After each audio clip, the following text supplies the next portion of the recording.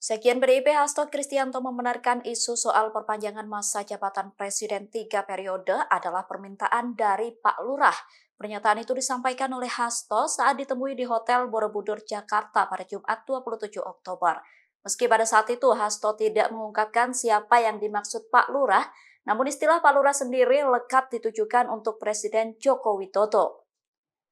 Hasto mengatakan bahwa informasi Jokowi meminta tambahan jabatan didapatkannya dari sosok menteri yang memang mendorong Jokowi menjabat 3 periode.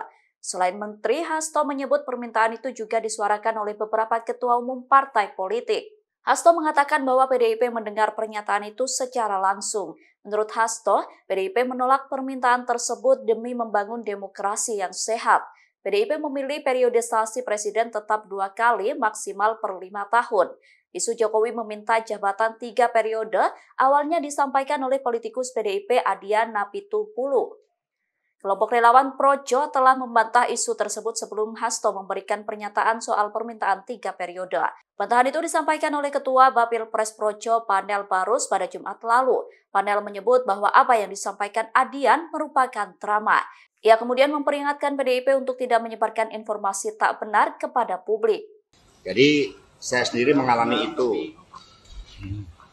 Jadi ketika saat itu saya sedang nyekar di makam Bung Karno Blitar, tiba-tiba muncul berita salah satu menteri yang mengatakan berdasarkan big datanya, itu ada cukup banyak yang mendorong perpanjangan jabatan atau 3 periode.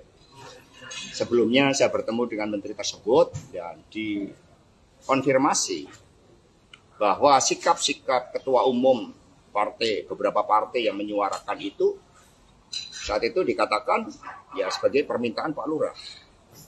Kami mendengar itu. Maka kemudian karena PD Perjuangan ini juga lahir dengan suatu semangat untuk membangun demokrasi yang sehat, yang taat pada konstitusi, maka PD Perjuangan bersama rakyat Indonesia memilih tegak lurus pada konstitusi. Itu sikap yang diambil oleh PD Perjuangan.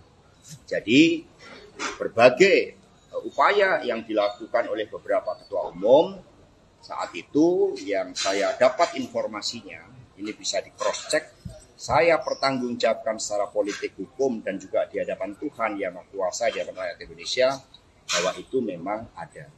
Ya melalui pihak-pihak lain yang kemudian juga disuarakan ke PDI Perjuangan. Tapi sikap kami adalah konsisten di dalam menempatkan konstitusi sebagai rule of the game yang sangat fundamental yang harus kita ikuti. Download Tribun X sekarang, menghadirkan lokal menjadi Indonesia.